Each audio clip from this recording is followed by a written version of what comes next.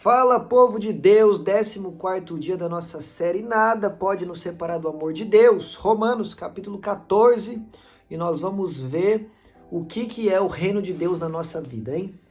Antes da gente começar a leitura, o que significa para você ter o reino de Deus na sua vida? Você é alguém que vai herdar o reino de Deus? Você é alguém que vai viver no reino de Deus eternamente? Tudo bem, acredito que a sua resposta foi sim, ou tomara que sim, espero que sim, se Deus quiser sim, né? Mas aí a pergunta que surge é, qual é a evidência que o reino de Deus está na sua vida? Hein? Nós vamos descobrir isso agora. Versículo 1. Aceitem o que é fraco na fé, sem discutir assuntos controvertidos. Um crê que pode comer de tudo, já outro, cuja fé é fraca, come apenas alimentos vegetais. Aquele que come de tudo não deve desprezar o que não come. E aquele que não come de tudo não deve condenar aquele que come, pois Deus o aceitou. Quem é você para julgar o servo alheio? É para o seu Senhor que ele está de pé ou cai, e ficará em pé, pois o Senhor é capaz de sustentar. Então ele está falando que existem pessoas que são mais fracas na fé. E muitas vezes pessoas que são mais fracas na fé, pessoas que têm um menor entendimento, julgam algumas coisas de forma errada, né? Por exemplo, do alimento. Pula lá para o versículo 20. Não destrua a obra de Deus por causa da comida. Todo o alimento é puro, mas é errado comer qualquer coisa que faça os outros tropeçarem. Ou seja, Paulo está falando sobre não dar escândalo. Se eu comer peixe vai te fazer tropeçar, eu não vou comer peixe, principalmente na sua frente, né? Mas todo o alimento é puro, ele está falando isso claramente, todo o alimento é puro. Jesus também declarou que aquilo que entra não é o que contamina, mas aquilo que sai. Aí a Bíblia diz, e neste momento Jesus declarou puro todos os alimentos. É só dar um Google aí que você vai achar, tá? Mas aí Paulo inicia Romanos 14 falando o quê? Trazendo esse exemplo do alimento, para nos ensinar que existem pessoas fracas na fé. Então, um exemplo, pessoas que são fracas na fé, que não têm um conhecimento ainda maior, julgam que alguns alimentos não podem ser comidos, e aí comem o quê? Só alimentos vegetais, como ele dá aqui exemplo no versículo 2. O que eu, que tenho uma fé maior, que tenho um entendimento maior, faço? Eu aceito, eu respeito e eu não o julgo. Mas é óbvio que também que aquele irmão que é mais fraco na fé, ele tem que entender que ele também não está no direito de me julgar, não está no direito de me apontar o dedo, né? Mas, versículo 3, aquele que come de tudo não deve desprezar o que come, e aquele que não come não deve condenar o que come, pois Deus o aceitou. Pois Deus o aceitou. Então tem muitas coisas que a gente está condenando os outros, julgando os outros, mas o próprio Deus não está. Nós não estamos falando de pecado, nós não estamos falando de coisas terríveis, tá? Nós estamos falando de coisas que são secundárias, como, por exemplo, alimentação, tá bom? Tem gente que não come um determinado tipo de comida, tem gente que não faz um determinado tipo de atividade física, tem gente, por exemplo, usos e costumes, que não usa calça jeans, que não pode furar a orelha, que não pode deixar o cabelo, que não pode cortar o cabelo, né? Usos e costumes, não é doutrina bíblica, não é mandamento bíblico como alguns ensinam, são usos e costumes criados por homens dentro de algumas instituições, de algumas igrejas, né? Que não é mandamento bíblico. Porém, se você está nessa igreja, você precisa se alinhar com a visão dessa igreja, ou com a visão da liderança, certo? E aí você se enquadra nesses padrões. Estou dando um exemplo. Aí eu, que corto o meu cabelo, não vou te julgar porque você não corta. Mas você que não corta também não pode me condenar porque eu corto, porque Deus está em paz com eu cortando o meu cabelo. Você não usa calça jeans, eu uso calça jeans, não tem problema nenhum. Nós dois vamos para o céu, tá? E lá nós vamos vestir vestes celestiais, tá? O Senhor vai nos dar vestes espirituais. Você não precisa se preocupar se eu vou estar de calça jeans e nem eu se você vai estar sem calça jeans. Entendeu? Tem crente que até hoje não joga bola, não joga futebol, porque acha que é pecado, não vê televisão, porque acha que é errado. Tudo bem, eu te respeito, mas você também precisa me respeitar por eu jogar futebol e ver televisão, tá? Então, tá conseguindo entender? O evangelho se trata de pessoas diferentes, com muitas vezes visões diferentes, em coisas secundárias. É óbvio que o primordial nós precisamos ver da mesma forma, arrependimento, fé em Jesus, tá? Tudo mais que a gente já sabe. A base tem que ser igual, mas depois existem coisas secundárias que nós podemos discordar e não é por isso que eu vou te condenar, não é por isso que você vai me apontar o dedo, mas nós vamos ser pessoas diferentes, andando juntas e unidas, servindo a um único Deus, rumo a um único alvo, que é o céu, e um único propósito, que é cumprir o chamado de Deus nas nossas vidas. Entendeu? Então eu sempre uso um exemplo do fim dos tempos. Tem gente que estuda anos a Bíblia, que é cheio de Deus, que é homem e mulher de Deus, e fala, Jesus volta antes da grande tribulação. E tem gente que estuda anos a Bíblia, é homem e mulher de Deus, é cheio do Espírito Santo, e fala, Jesus volta depois da grande tribulação. E aí, quem tá certo? Nós só vamos descobrir no fim dos tempos. Mas a questão é, os dois podem andar juntos, os dois podem se respeitar, os dois podem estar no mesmo ambiente, sem ter que um apontar o dedo pro outro, mas um respeitando o outro, tá? Glórias a Jesus. E o Senhor é capaz de nos sustentar, como diz no versículo 4. Tão importante mesmo, não são questões secundárias, se eu vou concordar ou se eu vou discordar de você. O importante é estarmos de pé diante do Senhor, e Ele nos manterá de pé, porque o Senhor nos sustenta. Versículo 5. Há um que considera um dia mais sagrado que o outro, há quem considere iguais todos os dias. Cada um deve estar plenamente convicto em sua própria mente. Aquele que considera um dia especial como especial, para o Senhor assim o faz. Aquele que come carne, come para o Senhor, pois dá graças a Deus. Aquele que se abstém, para o Senhor se abstém e dá graças a Deus. Pois nenhum de nós vive apenas para si, e nenhum de nós morre apenas para si. Ou seja, ele está falando, tudo que nós fazemos, fazemos para Deus. Olha agora, versículo 8. Se vivemos, vivemos para o Senhor. Se morremos, morremos para o Senhor. Assim, quer vivamos, quer morramos, pertencemos ao Senhor. Ele não está falando só de morte física, mas ele está falando sobre morrer para algumas coisas da terra, né? Como, por exemplo, aqui, ele está dando um exemplo de pessoas que não comem carne. Essa pessoa morreu para o comer carne, e ele faz isso para Deus, ele dá graças a Deus por isso. A outra come carne, e quando chega o prato de arroz, feijão e bife na frente dele, ele agradece o Senhor, fala, Senhor, obrigado, o Senhor me deu mais um dia de alimento. Ou seja, um vive para comer, o outro vive para fazer jejum, os dois vivem para Deus, pertence a Deus, e é isso que importa, tá? É isso o que importa, pertencermos a Deus e não coisas secundárias. Tem gente que agora ama fazer debate de coisas totalmente secundárias e de coisas totalmente que não tem valor nenhum, e briga e aponta o dedo e fala isso e fala o outro, e o mais importante a gente está esquecendo, que é você pertence a Deus, você pertence ao Senhor, tudo que você faz para a glória de Deus. 1 Coríntios 10:31, quer você coma, quer beba, quer faça qualquer outra coisa, faça para a glória de Deus. Você tem vivido para a glória de Deus? Você tem pertencido a Deus? É isso que é o importante. É isso que é importante. O evangelho é simples, mas as pessoas estão dificultando o evangelho, as pessoas estão complicando o evangelho, as pessoas estão colocando carga e peso sobre os outros no evangelho. Enquanto o evangelho é simples, o evangelho se trata de vida com Deus, o evangelho se trata de renúncia, o evangelho se trata de morar no céu, e enquanto isso, ser abençoado na terra, e as pessoas estão complicando, estão invertendo valores, e ainda estão impedindo outras de entrar no reino de Deus. Tá? Porque para você ser da minha igreja, você não pode fazer isso, você não pode fazer aquilo, e você não pode fazer o outro, e você não pode visitar outra igreja, porque senão você está em desobediência ao seu líder, e Deus não vai te abençoar, pelo amor de Deus. Onde é que você leu isso na Bíblia?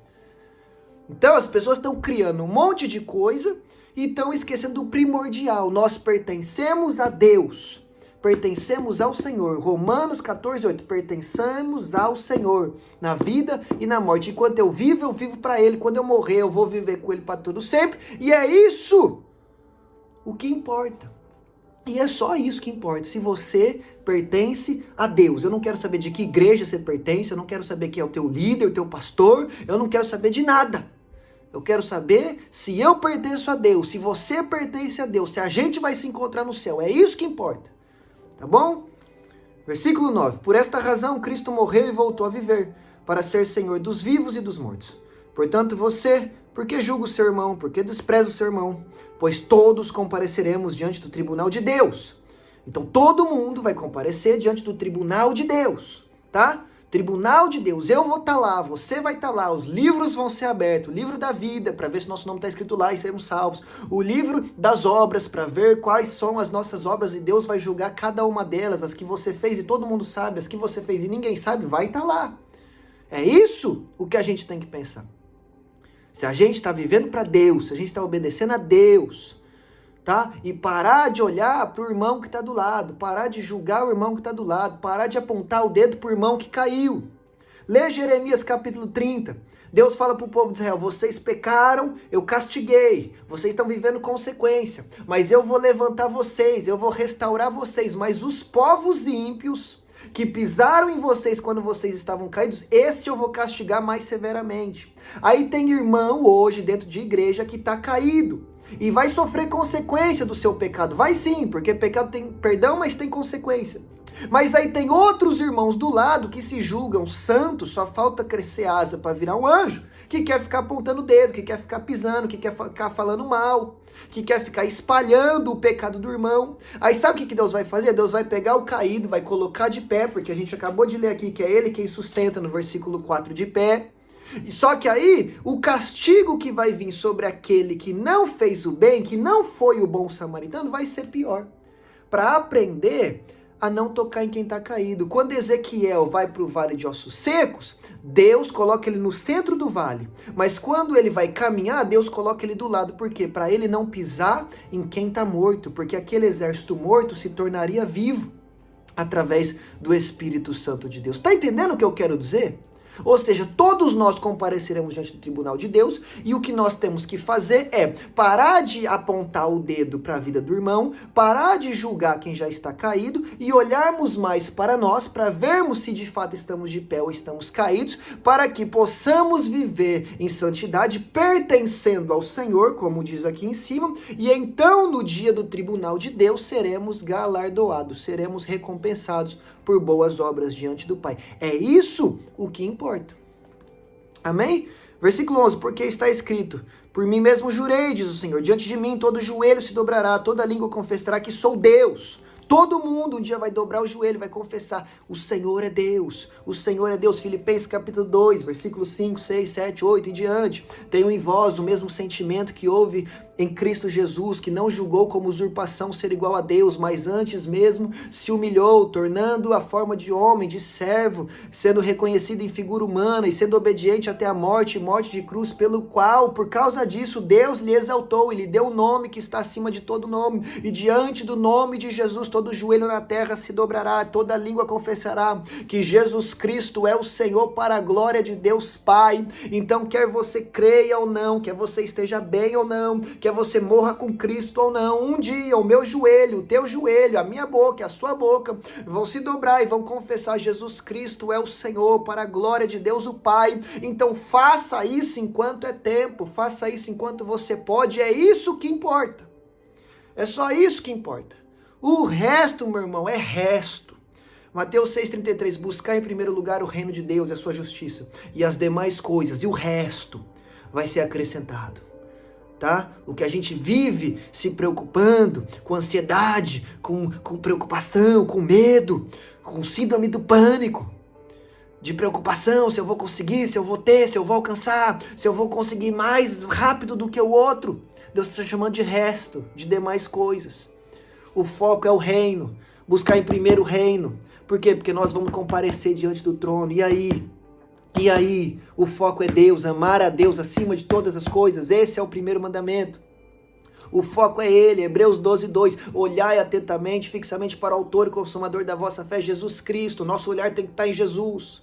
Ele é o nosso alvo, Ele é o nosso Deus, é a Ele quem pertencemos, é Ele que vai nos julgar. É só o que importa. Esse vídeo é para te perguntar como é que está a sua vida diante dos olhos de Deus. Como é que está a sua vida diante dos olhos do Senhor? Você tem gerado alegria ou tristeza no coração de Deus? Você tem gerado prazer ou desprezo, angústia no coração de Deus? Como é que Deus está se sentindo quando Ele olha para você? Que é isso? Desprezo, Vitor? O próprio Jesus fala lá em Apocalipse: você é morno, quem dera fosse frio ou quente, porque é morno, estou a ponto de te vomitar da minha boca. É o morno, é pé no mundo, pé na igreja. Jesus tem nojo, vomita, desprezo. E aí, você tem sido morno, você tem sido frio, ou você tem sido quente, cheio do fogo do Espírito Santo, que desce como labareda de fogo em Atos 2, que aparece em Apocalipse 4 como 7 lâmpadas de fogo diante do altar de Deus? Você está quente, cheio do Espírito Santo, ou está frio, ou está morno? O que é que você tem gerado no coração de Deus? É isso que importa. Versículo 12, Romanos 14, 12. Assim, cada um de nós prestará contas de si mesmo a Deus. É o que eu estou falando. Versículo 13. Portanto, deixemos de julgar uns aos outros. Eu já ensinei disso aqui, né? Julgamento hipócrita. Quem está acompanhando a série sabe do que eu estou falando. Em vez disso, façamos o propósito de não colocar pedra de tropeço ou obstáculo no caminho do irmão. Tá vendo? Tem gente que está colocando pedra de tropeço no caminho do irmão. Em vez de ajudar, está fazendo cair. Como alguém que está no Senhor Jesus, tenho plena convicção de que nenhum alimento é por si mesmo impuro. Voltou ao assunto do alimento.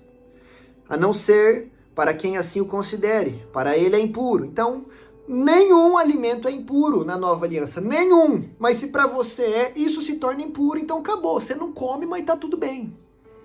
Versículo 15. Se o seu irmão se entristece devido ao que você come, você já não está agindo por amor. Por causa da sua comida, não destrua seu irmão, porque em Cristo morreu. Aquilo que é bom para vocês não se torna objeto de maledicência. Então, eu comer carne, eu comer porco, não tem problema nenhum. A Bíblia está falando claramente, todos os alimentos são puros. Aí eu sento na mesa com um irmão de uma denominação que não come porco, eu não vou comer. Vai escandalizar, vai gerar problema. Isso é só um exemplo. Isso é só um exemplo. Eu, Vitor, já subi muito ao altar para pregar com calça um pouco rasgada. Um pouco. É claro que não está escandalizando ninguém nem nada. É só moda, né? Só moda. E tá tudo bem. Deus me usou. Foi tudo bem. Foi para a glória de Deus. Pessoas foram salvas. Só que eu sei que se eu subir com essa calça em alguns lugares, vai escandalizar. Eu vou com essa calça? Eu não vou. Tem problema eu ir com ela? Aos olhos de Deus, não. Aos olhos das pessoas, tem. Cristo morreu por essas pessoas. Eu não quero ser pedra de tropeço para essas pessoas. Então eu vou fazer o quê? Eu vou colocar uma calça que não tem rasgo nenhum. É muito simples. É muito simples. É só pensar um pouquinho no outro.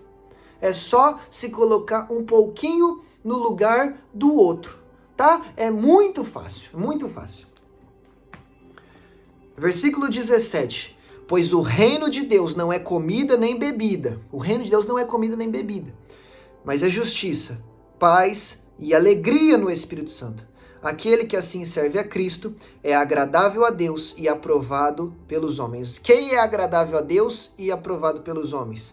Aquele que vive com justiça, com paz e com alegria no Espírito. Então eu iniciei o vídeo perguntando, você vai participar do reino de Deus? Você vai morar no céu? Você diz que sim, você diz que acha que sim, você diz que tomara a Deus que sim. E aí eu perguntei, então qual é a evidência disso na sua vida? A evidência disso tem que ser você viver em paz, em justiça e alegria no Espírito Santo. Tá tendo essas três coisas na sua vida? Alegria do Espírito, justiça e paz. Você tá vivendo de forma justa? Você está vivendo de forma piedosa, ou seja, de forma santa na presença de Deus? Você está tendo paz no seu coração? Ou você vive num pé de guerra com todo mundo, consigo mesmo? Você está tendo alegria no Espírito? Você está sorrindo? Às vezes as coisas estão até difíceis. As coisas estão difíceis. Mas você está sorrindo. Aí a pessoa fala, como é que você está sorrindo? Deus está no controle. Por que você está em paz? Eu não sei. A paz que excede todo entendimento tomou conta da minha vida e eu estou tranquilo. Deus está no comando de todas as coisas. Por que você não faz desse jeito? Vai te ajudar, vai te beneficiar. Ninguém vai ficar sabendo. Porque eu ando em justiça e retidão na presença do meu Deus. O reino de Deus consiste em paz, justiça e alegria no Espírito.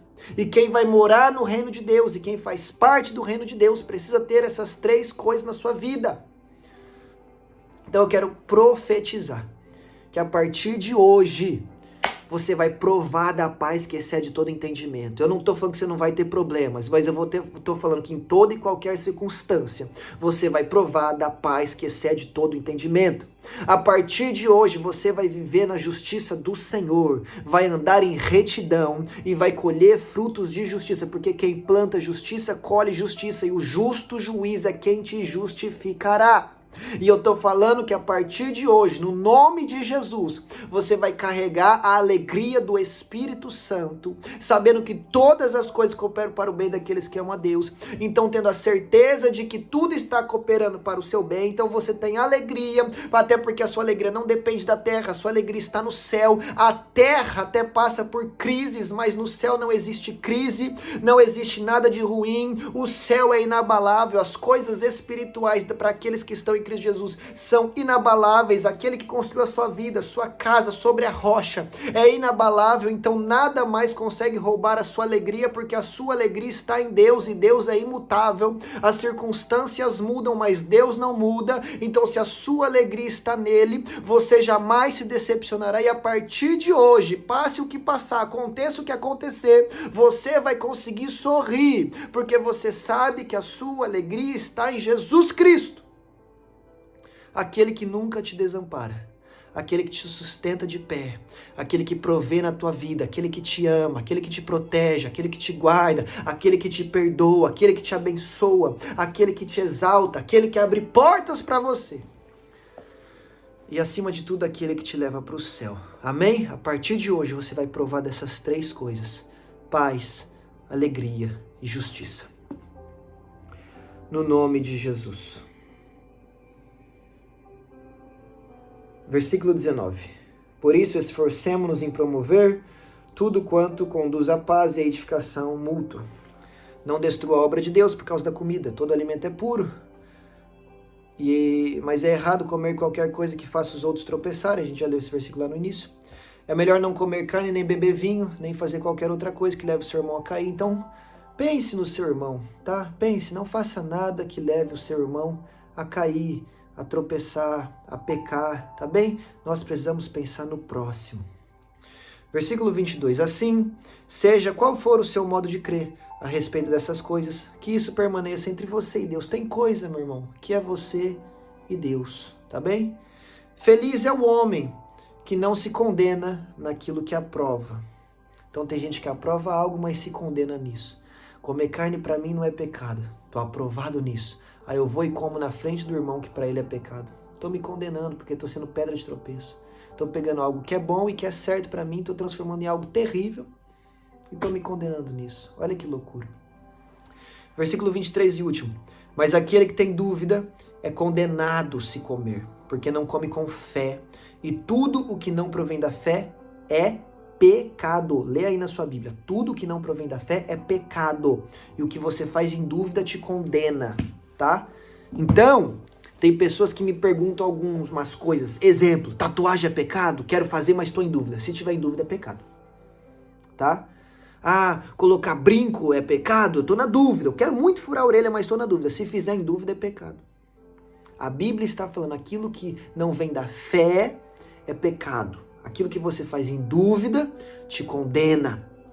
Então você só pode fazer as coisas quando você tiver a plena convicção do que é certo e do que é errado para você, de acordo com a Bíblia. Não é só para você, ponto final. É para você, de acordo com a Bíblia, tá? Porque como nós falamos, tem gente que vai ler a Bíblia e vai ter interpretações diferentes em coisas secundárias da vida.